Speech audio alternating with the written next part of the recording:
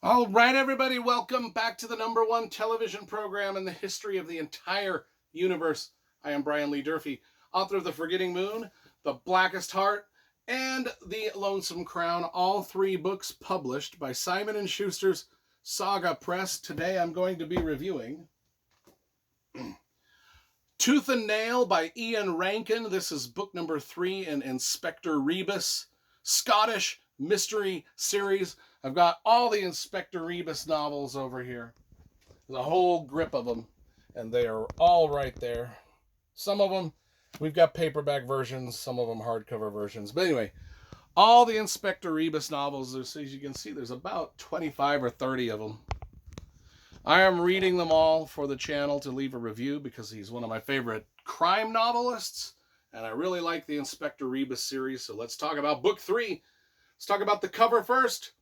And the cover is like, the cover is what it is. It's not that good.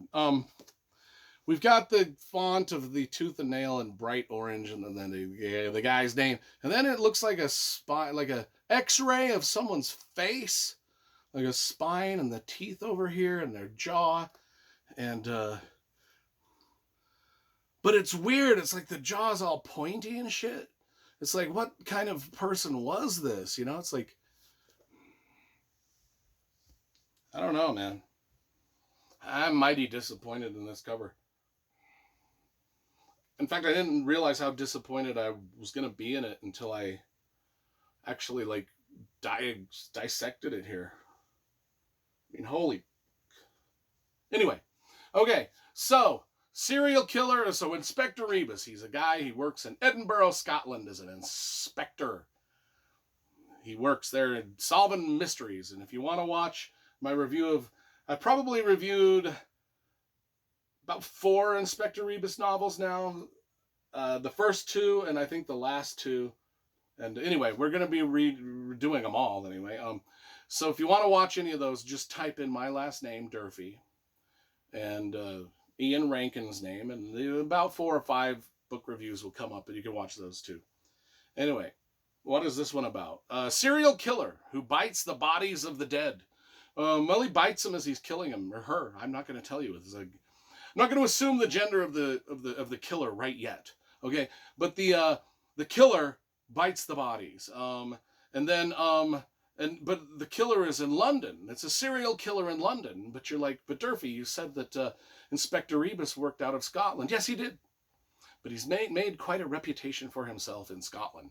And so when the serial killer starts killing people in London, they're like, let's get this guy from Scotland to come help us. So that's what happens. They bring him down. They kind of recruit him.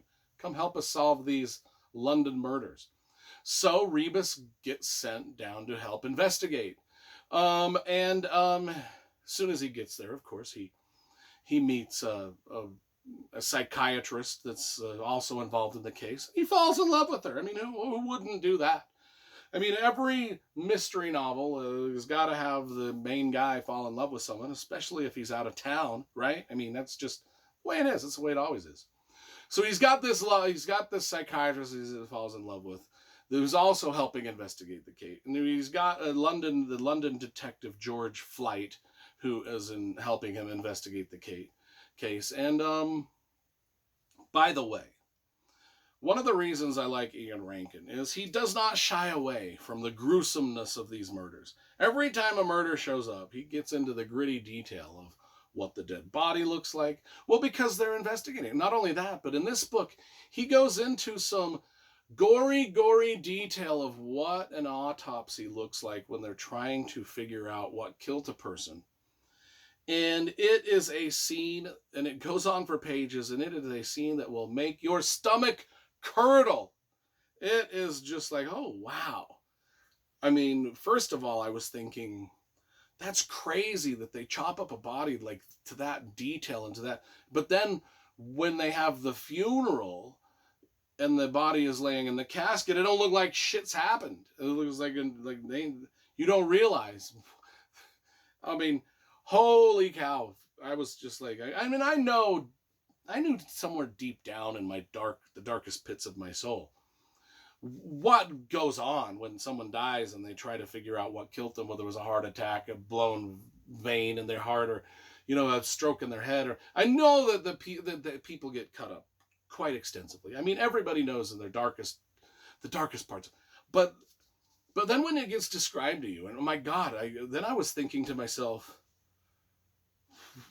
there's people out there. I mean, I work in law enforcement. And I've seen some stuff, but I've never done an autopsy or sat through one and watched it. And I'm just like, but there are people that go to school for this to do it. And I'm like, wow, okay, that's something. That's something right there.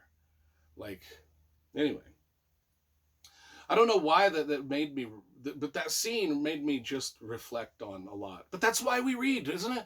We read books like this because you never know. Even in a British mystery, I suddenly started to see life and death in a different way, just because the way the author described something that happens on our planet on a daily basis that a lot of people are involved in. That's just that. It is what it is. I mean, I can't. Anyway, maybe, but now the cover is starting to make a little more sense to me. Maybe I shouldn't have been so harsh on it. But anyway, that's the basis of the whole plot of this. Rebus inspecting a serial killer in London. He's out of his element. He's not in Scotland. He's fallen in love with one of the psychiatrists. We don't know who the serial killer is. Is it somebody that he's even maybe, working with on the investigation or not? It could just be some rando. We don't know until the end. Anyway, Tooth and Nail, a very, very good mystery novel, by the way, folks. I'm going to give this a 9.5 out of 10.